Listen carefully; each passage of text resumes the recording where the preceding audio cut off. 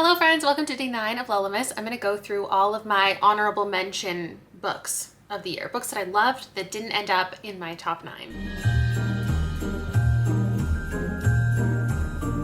I really like this idea of doing a bracket, especially when I don't know what my favorites are. I want to see what order they would be in if I pit them all against each other. And last year I did this, but I included my top 9 and everyone was very adamant that I not do that this time around because I guess it's redundant seeing my favorites. But I figured like you do see my number like 10 through 14. They're just not at the very end, but they're in the bracket. But I will leave them out this time. Here's how the bracket would look if my top 9 were in there. Like obviously they would all show up in these final 8 positions, and the one I put in the 9th spot down here would just be down there, and then we move them on forward. This one would go, then this one would go, this one would move up, that one would move up, I Was a Teenage Slasher would move on, Blue Book of Nebo would move on, and then I Was a Teenage Slasher would take it, and we would see the bracket. We already know that that's the bracket. So instead, I've taken out those 9 and I have replaced them in my top 32 with 4.5 stars. So this bracket is 5 and 4.5, or in some cases 4.25 stars. The only way that I've organized it is I put every 4 point something against a 5, because I imagine those are the ones that need to be kicked out first. But anything could happen from here. So we're gonna find out what my favorites of the year were and my number 10 official favorite, or my number 1 official favorite of my honorable mentions.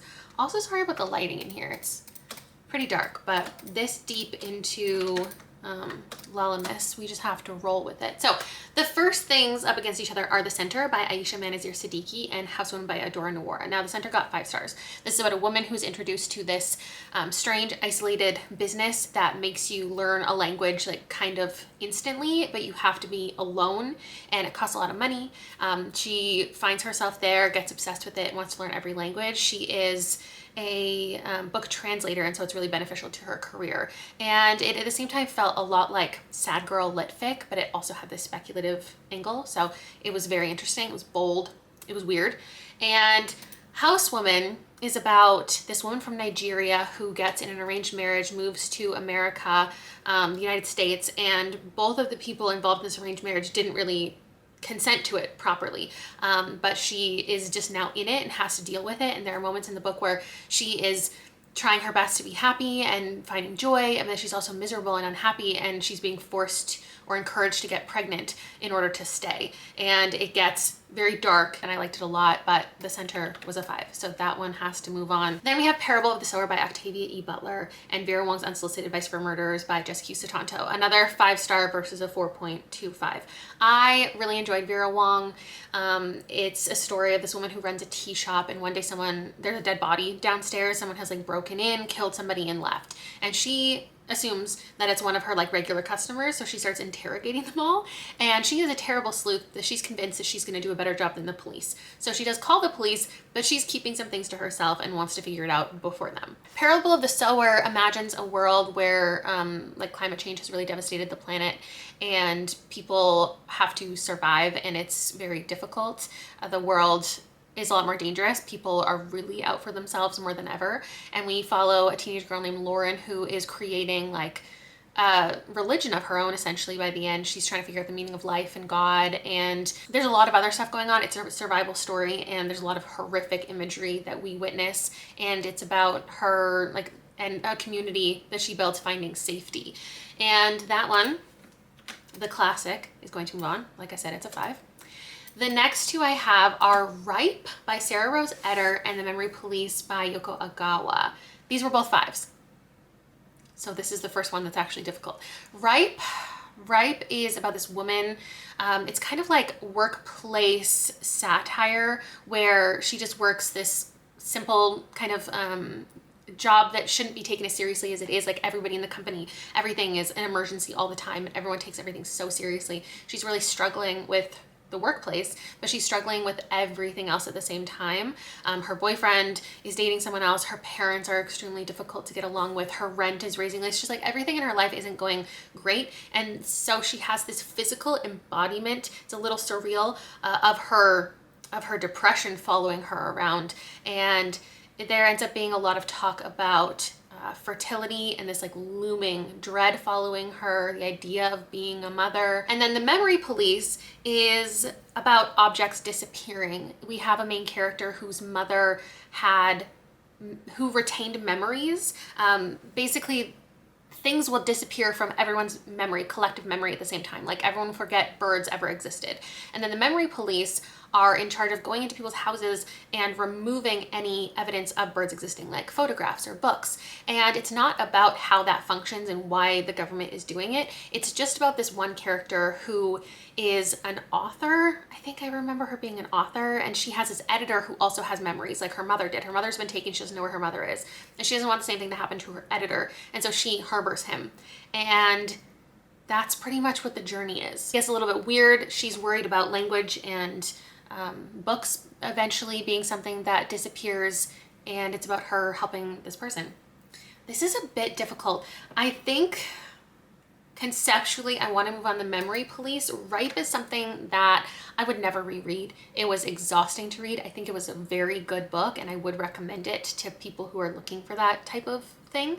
But they're both bleak, but yeah, I would never reread Ripe on purpose. Moving on, we've got a couple mysteries together. We have Every Time I Go on Vacation, Someone Dies by Catherine Mack, and the last one by Will Dean. Every Time I Go on Vacation, Someone Dies, again, is about an author. I love books about writers. She is on this book tour, and the man that she used to be involved with and that her book series is kind of based on is also on the book tour because he has gotten a certain amount of acclaim for being this like super hunky guy who's a focus of this mystery series.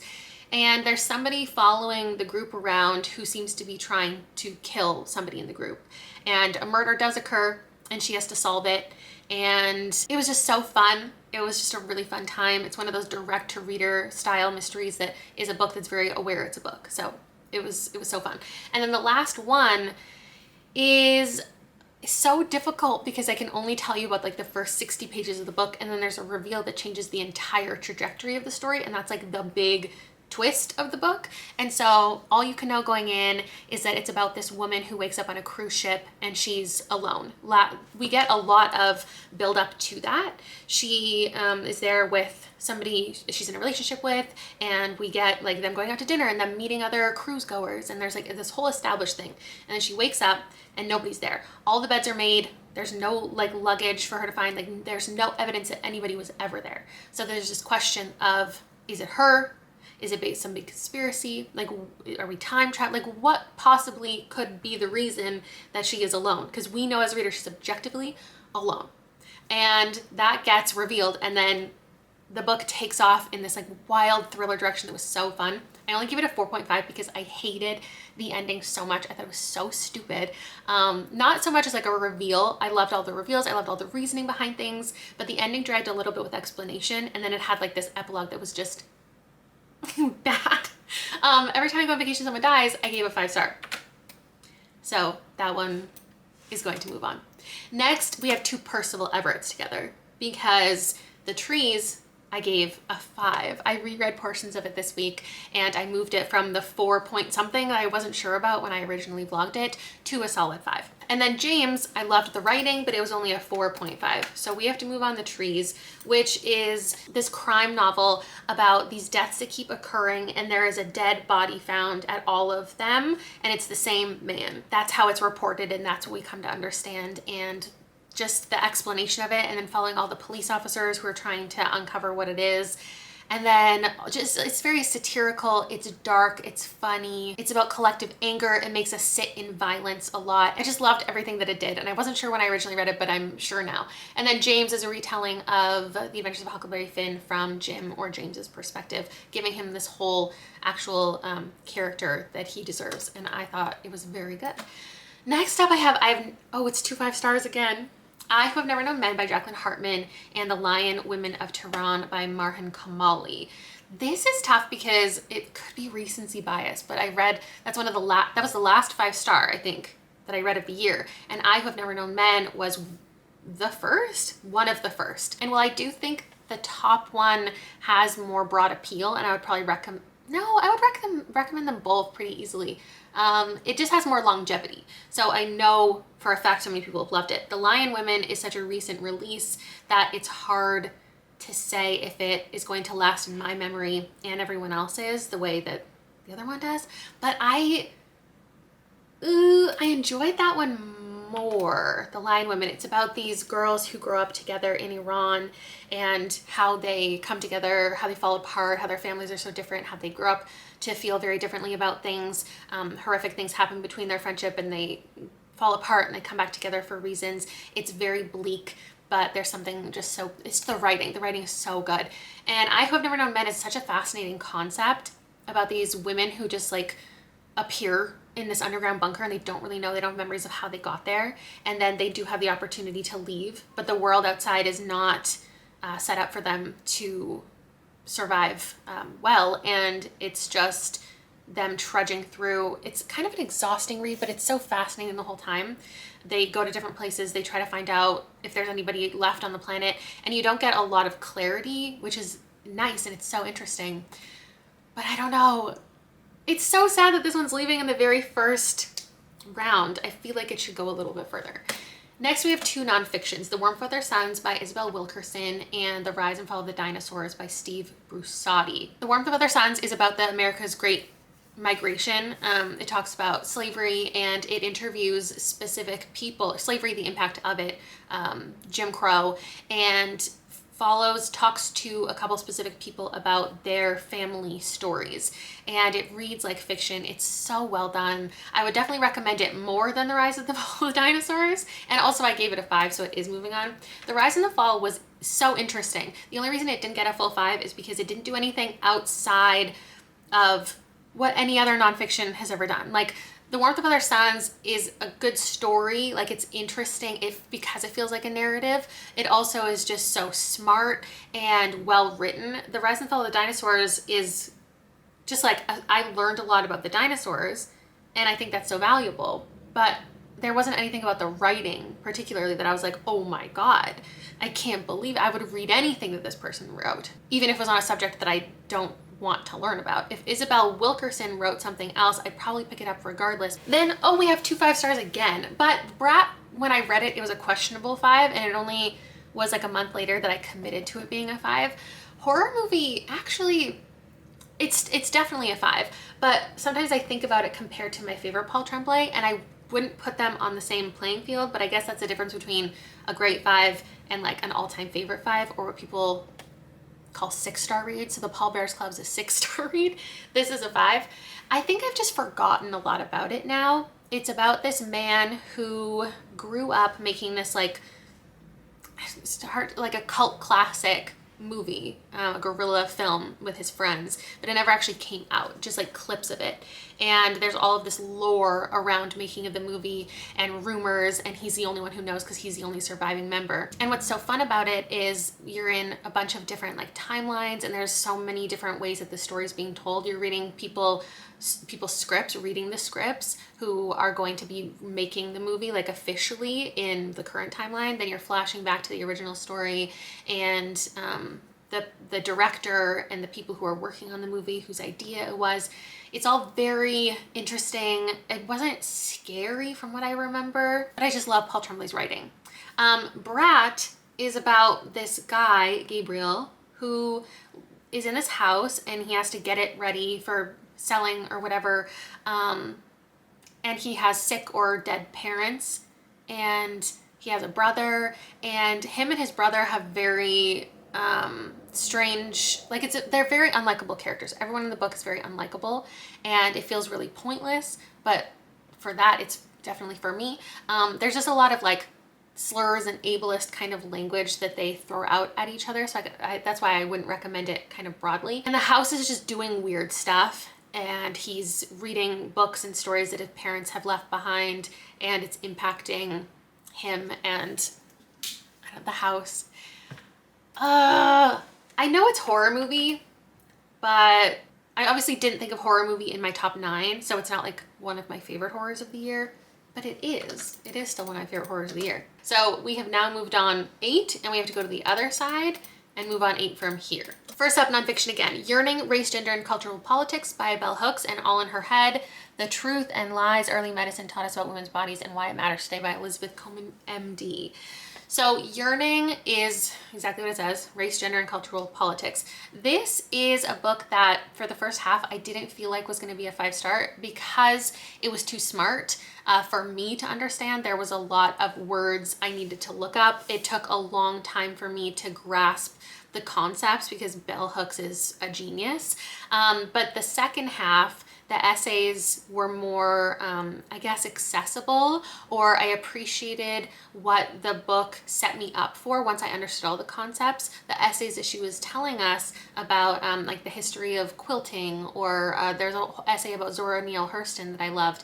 And once I connected everything and got everything, I loved it and gave it a 5. That was actually my first 5-star of the year. I read it while I had COVID and I was struggling to live. All in Her Head was not a 5. And it's just because of like the same thing I said about the dinosaur book. It was just the writing wasn't anything special. The book is good. It was well organized. It covered everything that I hoped it did, but it wasn't like, it wasn't super special in any way. And Yearning was. All in Her Head follows so many different like parts of women's bodies and medical studies and history, and talks about our bones and our muscles and our brains and like so many useful things. I would probably recommend that more, only because there's other Bell Hooks that I would recommend above Yearning if you were going to read your first Bell Hooks. Now we've got The 13th Tale by Diane Setterfield and Minor Detail by Adonia Shibli. These are both 5 stars. So, oh gosh, The 13th Tale is about this kind of biographer. She's not super well known, so she doesn't really understand when she gets the invitation one day to write this super famous author's memoir. And this author does a lot of interviews, talks a lot to a lot of people, but has admitted that she's always lying. And when she contacts our main character, she's like, I'm finally ready to tell the truth. I'm going to explain my entire life story. And the majority of the book is that story. We're in her childhood, we're in this manor, and it's just how it's about twins, and there are all these people and how they interact with these twins and how these twins live their lives. It was so beautifully written and descriptive and an enjoyable read. Minor Detail was an extremely difficult read. It's probably the most difficult thing that I got through this year. It's a very short book and it's split into 2 stories. One where you're following a Palestinian girl who is murdered by Israeli soldiers. And it is intentionally brutal because it's reality. And then the second half, we have this woman who discovers paperwork and documents that explain what happened to this girl, and she's wondering why nobody talked about it, why nobody is doing anything about it, or trying to find out more about what happened, and is anything going to come of this? And she feels very strongly about that, and so she risks her own safety to find out the truth. And I think the book is really valuable in talking about the past and current day Nakba, and just giving an insight into what is happening for people who are living under occupation. I think I have to move Minor Detail along. That one feels right. Then I have 2666 by Roberto Bolaño and The God of the Woods by Liz Moore. The God of the Woods was a 4.5, so I automatically have to move on 2666. And I think I would anyway. It's funny because I was actually like thinking when I was trying to choose my number 10, I was considering 2666. And I think it's just because it's stuck in my mind so much. And I went back to watch the vlog or my quarterly update, and I didn't even include it in my top 5 favorites of the quarter. And I thought that was really interesting because thinking back on it now, it is such a strong piece of work and it's so memorable to me. It's so long and I remember it vividly. There are 5 different books within it, and I was enamored from page 1. You're following all of these characters who work in translation, and they're trying to learn about this author and his life story. And then we switch narratives to a completely different story in the next little book, which is in the book. And then there's a 3rd story and a 4th story and 5th story. And eventually we get like the story of the author, childhood and growing up, getting to know him. And then there's a huge section about crime and the brutality that these women in Mexico are experiencing. And then it becomes a police procedural where all of these detectives are trying to find out why these crimes are being committed against these women, and we get so much about those women. They are given families and stories and hobbies and jobs, and it's just such an ambitious piece of work that was so good. The God of the Woods is also very good. It's a literary mystery, very like literary, about the inner workings of like somebody's mentality. It's not so much about the mysteries, but the mysteries are what are driving the narrative. You have two missing children essentially in two different timelines. One of them, the current day one, that has more of an impact because we're also following like camp counselors and friends of this girl who's missing from a summer camp. Her family owns and runs it, and so they're being investigated the most, but they also are reflecting on the memories of the time their other child went missing and also giving birth to that child. And you just get some different timelines, different perspectives, and it's not like, neither of these books are the shocking plot twist vibes that I felt like we were building to while I was reading them, but by the end I appreciated them so much for what they were and what they weren't. Then we have 10 Minutes 38 Seconds in a Strange World by Elif Shafak, and It's Elementary by Elise Bryant. 10 Minutes 38 Seconds is about this woman. It's a little bit speculative feeling because she has died at the beginning of the book. All we know about her is she was found in a dumpster and she's a sex worker. And for every minute like before she officially dies, or like she's in that in between, she's reflecting on something. So the first minute is spent reliving her birth basically and her parents and the relationship. And then there's a section about something, an experience she had in life, and then another experience. And then we also get to know her friends, and her friends feel very passionate about her, obviously, and her life. And because the cops aren't taking it very seriously, they don't really care. They're summing her life up to be something that isn't deserving of having her crime solved necessarily because of her lifestyle. And so you're also following the friends' lives, and you get little moments that are fun and sad from their existences. And it's just like not what I expected it to be at all, but it was so good and it was so interesting. It's Elementary, I gave a 4.5 and I loved it. A very different tone. This is a cozy mystery romance. It's about this woman who joins the PTA for the first time. She's kind of forced into a position. It talks a lot about expectations of women, talks a lot about being marginalized and the expectations forced upon you. And she is taking on this role in the PTA because she's given certain advice or feedback about the way that the school is running things. And one day she sees the PTA like president dragging a body out of the school, and she's like, I want to solve this mystery, and also I hate this woman, so like let's get her in trouble.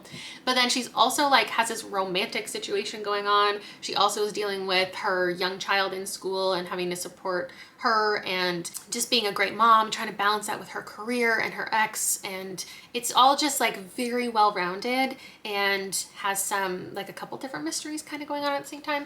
I had a good time with it, but obviously the 5-star is what has to move on. Next up, we have The Har versus Fingersmith. The Har is by David Sodergren, and it's this story of an older woman who recently lost her husband, and she's trying to keep her house and keep her life the way it's always been. But there are these developers coming in, it's in Scotland, and they want to take over her house, and she's one of the only houses left, and she's trying to hold strong.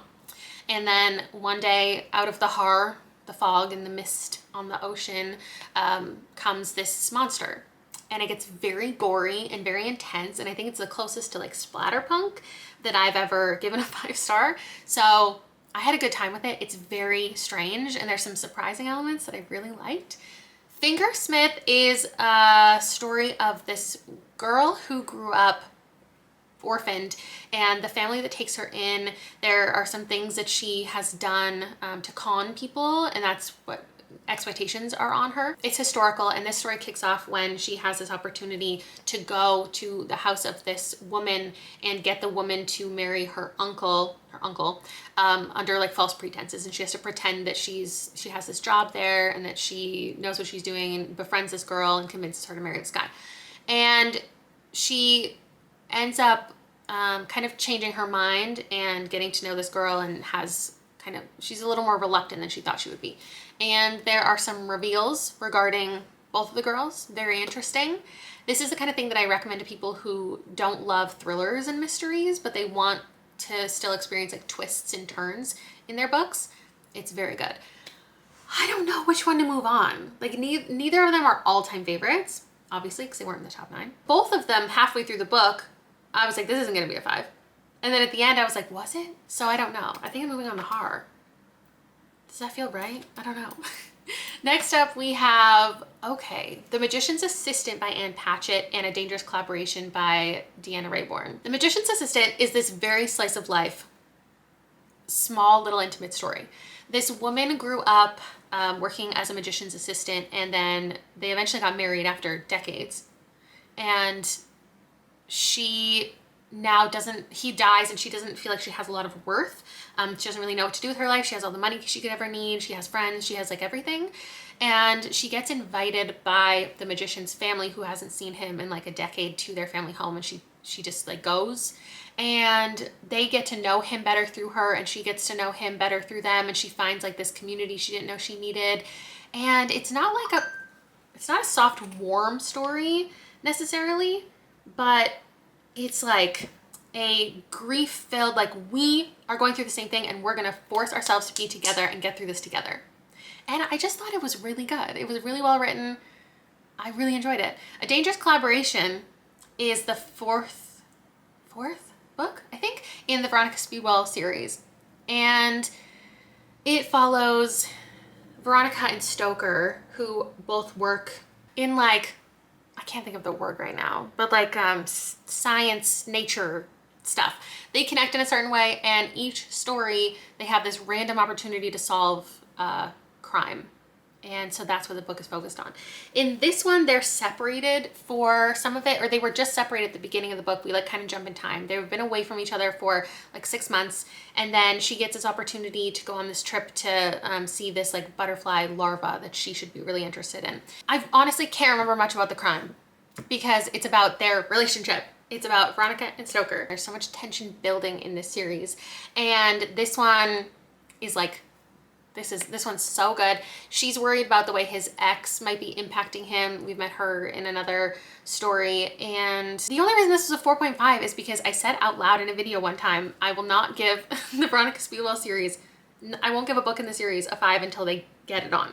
I've said that.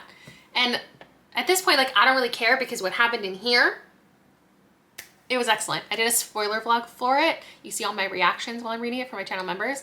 I loved it so much that I'm calling it an honorary 5, and I am gonna move it on over an actual 5. Blasphemy. We have Call Me Indian by Fred Sasakamoose and The Shadow of the Wind by Carlos Ruiz Zafón. This is a nonfiction story, Fred Sasakamoose. It talks about residential schools. It talks the horrific things that he experienced, that his parents experienced, and then also how that impacted him as like a parent in a good way and bad way, as a hockey player in a good way and bad way, and coming back to his town after being in the NHL and what his life looked like. And it was just so well written. It was interesting, having never heard of this person before. The Shadow of the Wind is something that's been recommended to me for so long. And when I finally read it, I was like, yeah, you're all right, it's 5 stars. But it's not like a passionate 5-star for me. It was like an objective one. I'm moving Call Me Indian along. But The Shadow of the Wind follows a young boy who gets to go into this graveyard of books and pick a book, and he gets obsessed with this book. And there's this author that he's trying to track down and learn more about, and there's someone following this boy throughout his life and burning all the books from this author. There's a lot of other stuff going on, but that's the gist. It was very good. Lastly, on this side, we have The Employees by Olga Raven and Magnolia Parks by Jessa Hastings. Okay, so The Employees was a 5 when I read it. It's this very short, strange sci-fi novella where I don't even know what's happening. I don't know how to explain it to you. There are humans and humanoids on a ship, and they have to protect these items, or like eggs, and the eggs are emitting something that's impacting the humans and humanoids differently. And I don't know what the book's about, but it's all interviews. It's interviews from this kind of collective consciousness of all these employees, but they are individuals. Magnolia Parks is a 4.5. And it's about this really toxic relationship between Magnolia and BJ and their beautiful friendship that they've had forever, and them trying to make each other jealous and them constantly fucking up on purpose and not on purpose to make the other person, or that makes the other person angry. And I'm moving it on. To be known the way that Magnolia and BJ know each other, it's just something else. The rich socialites, me moving that on, what is wrong with me? It was not a 5 and I don't care. Here is what the bracket currently looks like. Okay, I've told you all the synopses of all of the things that I loved in 2024. So that's all we need. I don't have to keep going, right? Oh God. The decisions are about to get more difficult. The Center versus Parable of the Sower. A classic dystopian sci-fi versus like a brand new, strange, speculative. Is this horror? I guess it's horror. I can't think of anything negative to say about either of them because I've said all the positive things. Now the only way to decide what moves on is to find a negative with either. I guess maybe it's that Parable of the Sower has like this romance that I didn't really care about. I wouldn't delete it from the book, like I wouldn't change the book, but I didn't care about it and I don't think it needed it necessarily. The Center, I would recommend far less to the general public, but I liked it so much. I loved the scope of the translation group of people, the way our main character was able to impact it. Yeah, I chose that. Okay. The Memory Police versus Every Time I Go on Vacation Someone Dies. That's so hard. My first instinct was the mystery because it was just so fun. I don't think it's like a top cozy mystery or fun mystery. Cozy thriller, is that a genre? It's like a cozy thriller because bad things are happening, but it's also just like fun. The Memory Police is so well written though. Oh gosh.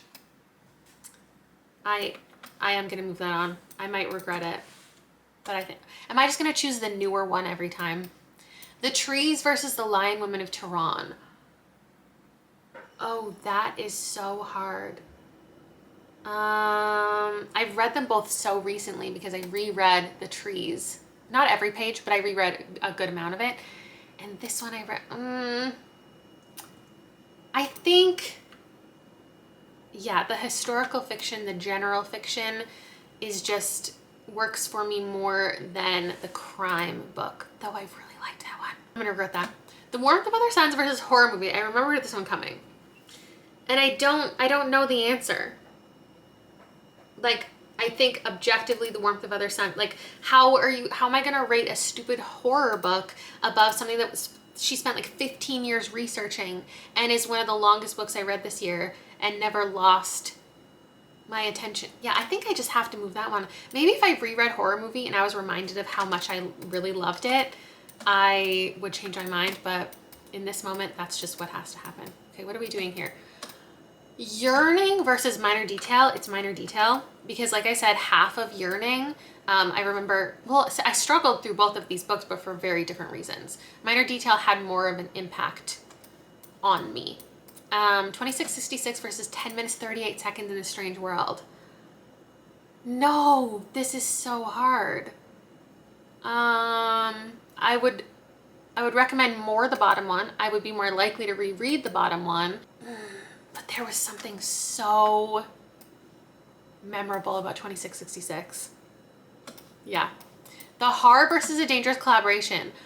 Whoa, a 4.5 is moving on to the second bracket because I said the horror, it was hard to even commit to a 5. And Dangerous Collaboration is also not a 5. But it is right now.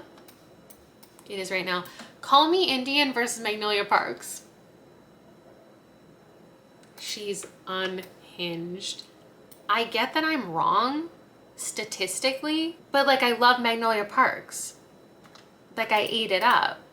So that's what happened. Now we move on to The Center versus Every Time I Go on Vacation Someone Dies. This one was more of a question, the top one, if it should move on. I feel like this one was just so much more fun. Okay, what's next? The Lion Women of Tehran and The Warmth of Other Suns. I just have to go with my gut instinct. It's the Lion Women. I just loved the story. I really love the story. And I obviously respect and appreciate The Warmth of Other Suns. It would also beat out Horror Movie pretty easily. So, wow. Okay. Sorry. Chaos. Minor Detail versus 2666. The shortest book I read here versus the longest book I read here. What? It's 2666. Is that the right answer? I don't know. Okay. Now we're talking. A Dangerous Collaboration versus Magnolia Parks. That's crazy. Katie is shaking in her boots to see what I pick. Neither of them were 5 stars, but A Dangerous Collaboration was like closer, and it's gonna be beat out immediately by 2666 because that's just like objectively a better book. And then Every Time I Go on Vacation Someone Dies versus The Lion Woman of Tehran, Every Time I Go on Vacation is moving on because it wasn't a question in all the other brackets and The Lion Women was.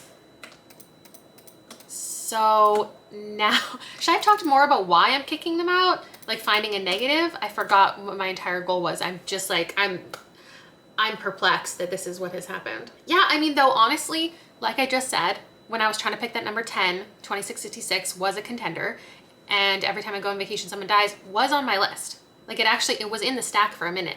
And then I was like, no, it was so good and I liked it a lot, but it's not an all-time favorite. Like it's just not. And I don't think 2666 is either, but they're both so solid, but they just don't fit right. Like neither of them, looking at them right now, would I want to have included in that top 10. It doesn't feel right, but it feels right here. And I think it's this one. Can I explain why? I think it's just because I struggled so much with finding fun books this year. And I needed fun books because the things that I was reading, especially even last year, I read so many heavy books. Everything that I read so often is so heavy. And also I was reading a lot of bad books. So when I did pick up the ones that were fun and I just like got that moment of turning my brain off and having a fun time and just following this silly story, especially ones that are told directly to the reader and let you in on the little mysteries and have moments that are like, oh, this mystery book that you've read and this mystery book, like I'm not going to do that trope or I'm not going to do that cliche. We're doing something different. Like the ones that are just so quirky and tongue-in-cheek, I needed this book this year. It was such a good time. 2666 was so heavy. And while I loved it and appreciated it, a fun book has to make it to the end just because of my current like mental state. If I had read 100 books differently, this bracket might have looked completely different. Not even just like what's appearing on it, but the ways that these books impacted me in relation to the tone of everything else that I was reading. Does that make sense? So this is my final bracket. If there was a number 10, it would be that. If there was a number 11, it'd be 2666. If there was a number 12, 13, apparently it would be A Dangerous Collaboration and The Lion Women of Tehran. I don't know if that's completely correct, but that is my bracket for the time being. Thank you so much for hanging out with me and learning all of my thoughts. I hope I pitched the books well to you that you might have wanted to read, and I gave you a brief synopsis if you're not caught up on all of my content from the year, because there's a lot of it. I get it. And if you are going to read any of these, I would love to know which ones I've influenced you to check out. And I'll see you tomorrow with something else. Bye!